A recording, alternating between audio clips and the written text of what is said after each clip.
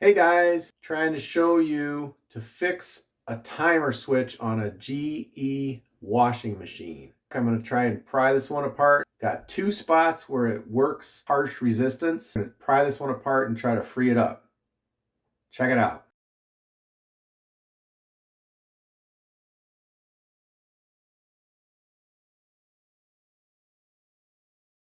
So one thing I've found, guys, is that this rivet, I think it's a 3/16 rivet, can be used in these holes. I punch it in from the back side. When I punch through, the head still stays. I'm doing this before I crack the case halves to try it so it'll be hopefully go easier. Let's see, this one I punched the rivet through. This one I didn't do yet, so I'll do this one now.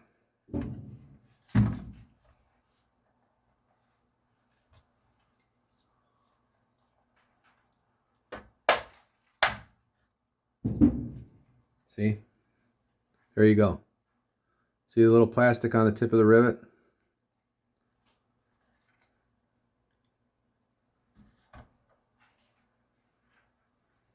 There's the little plastic.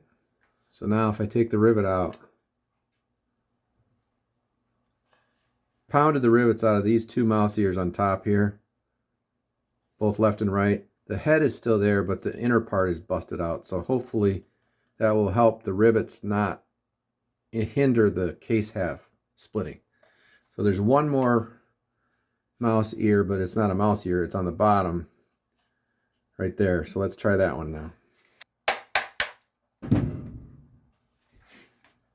And there you go. A little tiny plastic on the end there.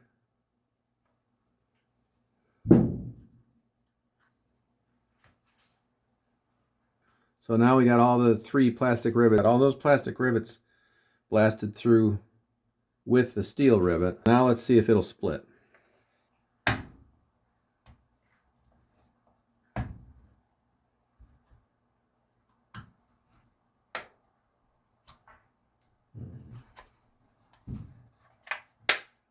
I'm going to try to get something to remove the head of these rivets before I try to split the case, because I don't want to wreck this thing.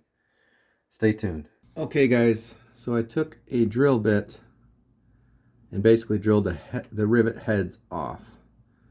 So if you look at the mouse ears, so not only did I knock them through earlier that you saw, but now I've drilled the top side of the rivet heads off. So let's try and split the case now.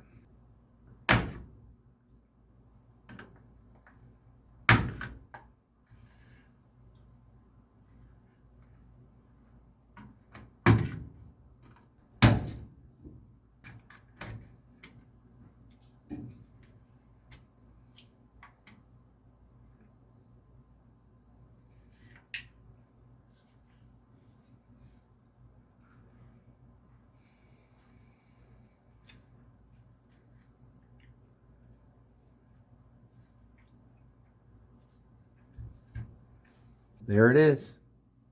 Split apart easily. It's worth messing with those plastic rivets, because then once you try to release the tension on the four tabs, it just comes right apart, no damage. It's worth messing with those. So drive them out and then grind the heads off. Here's what the guts look like. Here you go. There's the big wheel part,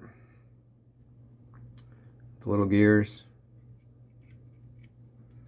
and there's the contacts, that side of it. So I'm going to try to look at this now and see what might be binding up in there.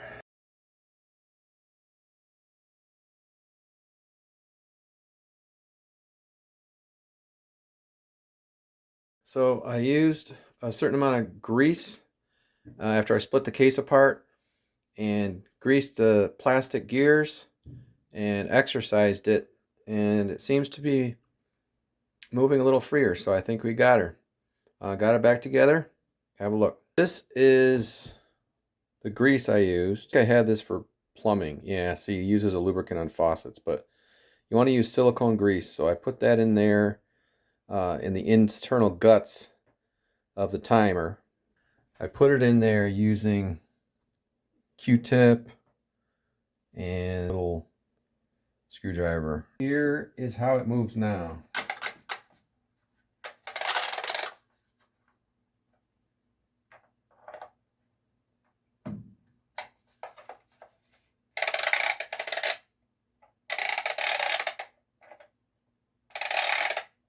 So it still does have its tight spots moving. I can feel a couple spots still tight, but the looser spots are looser, and as I work more of the grease in there, I think it might continue freeing up. The bad part is that there's still two distinct spots you can feel it getting harder. I'm going to work on this and slammer it back together, see how it does. The workaround that we did is just to move the dial slightly, a couple inches, or move to the next cycle and then let it go through. This right here is the back side of the gear. When you split the case half, you see that gear in there. The one that moves the ribbon thing, and then that moves the wheel. Not sure, I might spray a little silicone spray, you know, like a liquid spray in there too, while it's still together, and keep moving it. But I'm just going to keep moving it and trying it and see how it feels. Thanks for watching, and get out there and work on your appliance. It's turning better now. I used that silicone lube from the tube that I showed you. Now I also, after it was together, I sprayed some silicone in there. Just working it some more.